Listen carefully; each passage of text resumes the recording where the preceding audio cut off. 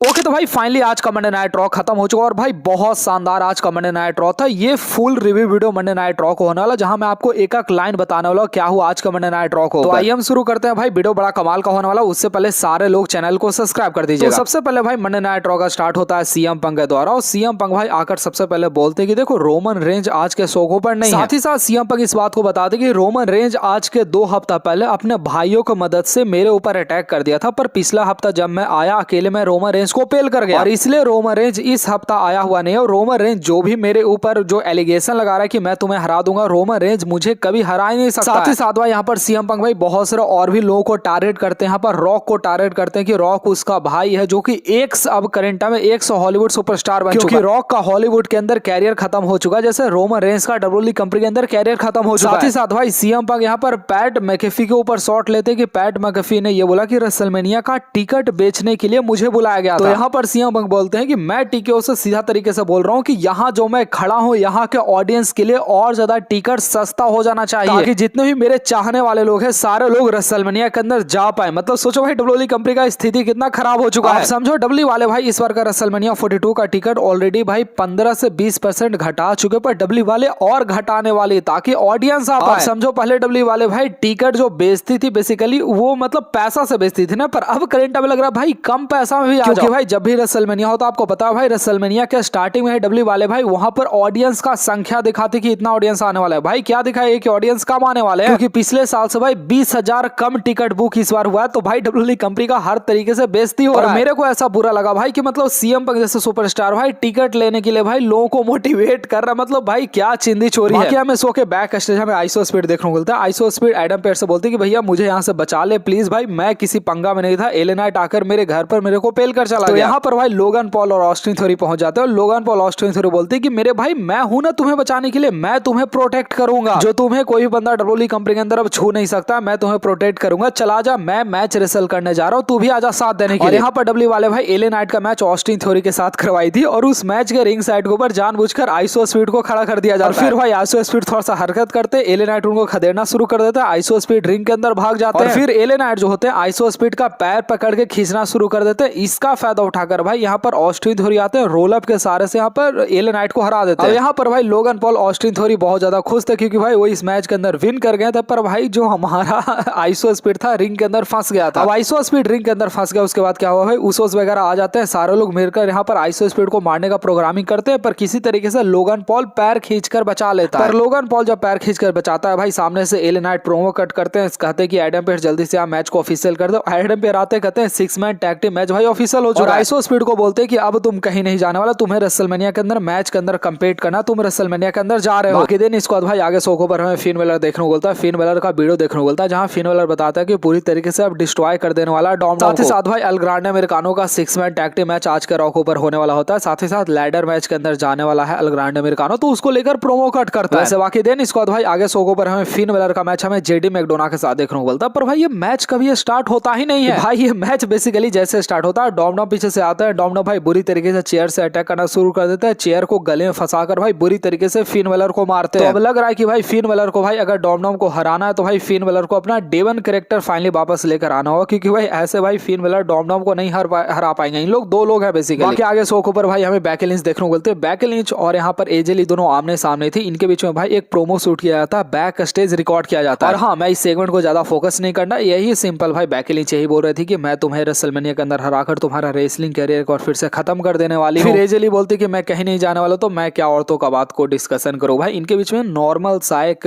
मतलब प्रोमो वगैरह था बैक स्टेज का, जिससे मैच को और ज्यादा हाइप किया जाए। डब्ल्यू वाले भाई क्या दिखाएगी, जो दिखाना था डब्ल्यू वाले दिखा दिए। पिछले 3-4 हफ्ता से डब्ल्यू वाले भाई सेम स्टोरी लाइन दिखा रही, कभी बेकी लिंच एजे ली के ऊपर अटैक कर रही, कभी एजे ली बेकी लिंच के ऊपर अटैक कर रही। वैसे बाकी दिन इसके बाद भाई आगे हमें शो के ऊपर हमें बेली देखने को मिलती है, अगेन सो वही सेम ड्रामा। भाई डब्ल्यू वाले यहाँ पर बेली का मैच यहाँ पर लैस लेजेंड के साथ ऑफिशियल कर दी थी। बेली का मैच लैस लेजेंड के साथ था, तो यहाँ पर भाई अपनी फ्रेंड की मदद से भाई बेली इस मैच के अंदर विन कर जाती है। वही सारा ड्रामा देखने को मिलता है, वहाँ पर अलेक्सा ब्लेस आती है, वहाँ पर शार्लेट फ्लेयर आती है, भाई आपस में सारे टीम भिड़ना शुरू कर देते हैं। तो इनका भाई मतलब 8 man tag team match already भाई ऑफिशियल हो चुका है भाई, पर उसके बावजूद भी डब्ल्यू वाले भाई हर एक हफ्ता भाई इनका मैच वगैरह करवा के सारा ड्रामा कर रहे हैं। बाकी आगे शो के ऊपर हमें तलविंदर देखने को बोलते हैं। भाई मेरे को कोई ये बताओ, भाई ये हर हफ्ता एक तोप लेकर आकर तोप क्यों छोड़कर जाता है, प्लीज भाई कमेंट में कोई बताना क्यों ऐसा करता है। वैसे आगे हमें शो के ऊपर हमें सेथ फ्रिकिंग रॉलिंस देखने को बोलते हैं, सेथ रॉलिंस भाई यहाँ पर आकर बताती थी कि भैया मेरा अब करंट टाइम में 2 मिशन रहने वाला। सबसे पहले मुझे गुंथर को पेलना और दूसरा मेरा मिशन रहने वाला 3 मिशन बताते हैं बेसिकली। दूसरा जो मेरा मिशन रहने वाला मुझे हैवी टाइटल एक बार फिर से वापस लेकर आने वाला, और तीसरा जो मिशन रहने वाला मुझे विजन टीम को खत्म करना है। और उसके बाद भाई सेथ रॉलिंस यहाँ पर बेसिकली भाई गुंथर को बुलाते हैं, गुंथर पीछे से आकर अटैक करते हैं, सेथ रॉलिंस भाई छिप जाते हैं, सेथ रॉलिंस नीचे झुककर स्टॉम्प लगाते हैं, गुंथर को भाई वो स्टॉम्प लग नहीं पाता, उसका सेथ रॉलिंस भाई लात मारकर गुंथर को बाहर भगाते हैं। फिर गुंथर को ऊपर भाई वहां पर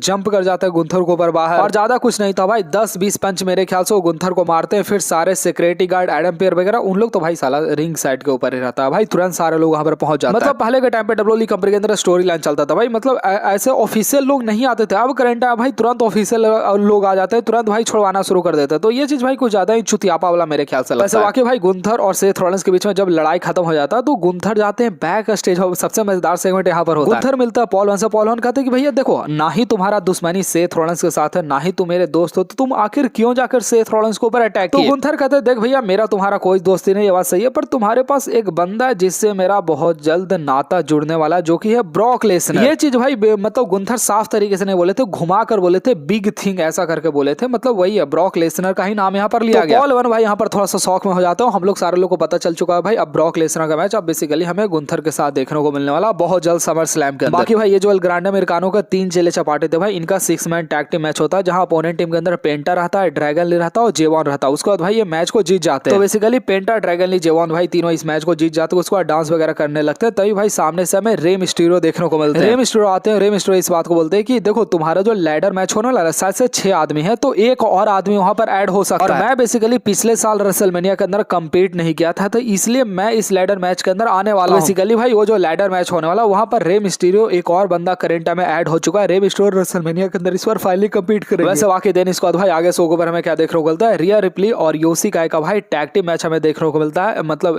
क्या नाम है भाई, जेट कारगिल के दोनों चमचे के साथ। तो अभी करंट टाइम भाई जेट कारगिल के 2 चमचे भाई ज्वाइन के, उन लोग दोनों के साथ टैग टीम मैच होता है मिचिम वगैरह का, मतलब वही मिचिम जो होती है, एक और का नाम मैं भूल गया भाई। वही इस मैच के लास्ट में क्या होता है भाई, जेट कारगिल भाई कैंडो स्टिक लेकर आ जाती है, आकर भाई बुरी तरीके से सबसे पहले यहाँ पर योशी काय को मारती है, फिर बुरी तरीके से भाई यहाँ पर रिया रिप्ली को मारती है। मतलब जैसा भाई पिछले 2 हफ्ता से सिलसिला चल रहा था भाई, इस हफ्ता भी सेम वही सिलसिला चलता है भाई। रिया रिप्ली और योशी काय दोनों रिंग के अंदर बैठ के रो रही है भाई, दोनों का भूत बना दिया। जो भी था भाई मस्त था सेगमेंट, और रिया रिप्ली योशी काय का तो भाई मतलब आस्की खत्म ही नहीं हो रहा। मैं क्या बोलूं भाई, आस्की बिल्कुल नहीं खत्म हो रहा। बाकी भाई शो का मेन इवेंट से पहले शो का बैक स्टेज सेगमेंट देखने को मिलता है, जहां डॉम डॉम रहते हैं, यहाँ पर जेडी मैकडोनाल्ड रहते हैं। डॉम डॉम जेडी मैकडोनाल्ड कहते हैं कि भैया तुम्हें लैडर मैच के अंदर जाकर इंटरकॉन्टिनेंटल टाइटल विन, क्योंकि भाई अगर आपको नहीं पता तो लैडर मैच जो होने वाला वहां पर जेडी मैकडोना भी रहने वाला है। तो जेडी मैकडोना को डॉम डॉम कहते हैं कि भैया एकदम कॉन्फिडेंस के साथ कि तुम इंटरकॉन्टिनेंटल टाइटल लेकर आना, हम लोग को जजमेंट डे के अंदर फिर से सारा टाइटल वापस लाना। उसके बाद भाई क्या देखने को मिलता है, यहाँ पर जो रकैल रहती है, लिव मॉर्गन जो रहती है, वो रकैल को कहती है कि थोड़ा सा बाहर घसक, मुझे रॉक्सन प्रेस के साथ बात करना। और यहाँ पर जो लिव मॉर्गन रहती है वो बेसिकली यहाँ पर रॉक्सन प्रेस के साथ बात करना शुरू कर देती थी, तभी पीछे से भाई आकर यहाँ पर स्टेफनी बुरी तरीके से दोनों को ऊपर अटैक कर देती है। तो ये पता नहीं भाई अटैक वाला गेम कब चलेगा, कब लिव मॉर्गन अटैक करते, कब स्टेफनी अटैक करते। चल ठीक है भाई, डब्ल्यू वाले एक हफ्ता और ड्रामा करने वाला, फाइनली रेसलमेनिया 42 आ जाएगा। बाकी भाई शो का मेन इवेंट होता है, शो के मेन इवेंट के अंदर भाई पॉल वन आता है, ट्रिपल एच आता है। ट्रिपल एच भाई ऑलरेडी रिंग के अंदर आकर खड़े रहते हैं भाई, रिंग साइड के ऊपर पूरा घूरते रहते हैं, पूरे रिंग साइड को अच्छे से सजाया जाता है। लेडीज एंड जेंटलमैन करके भाई यहाँ पर बेसिकली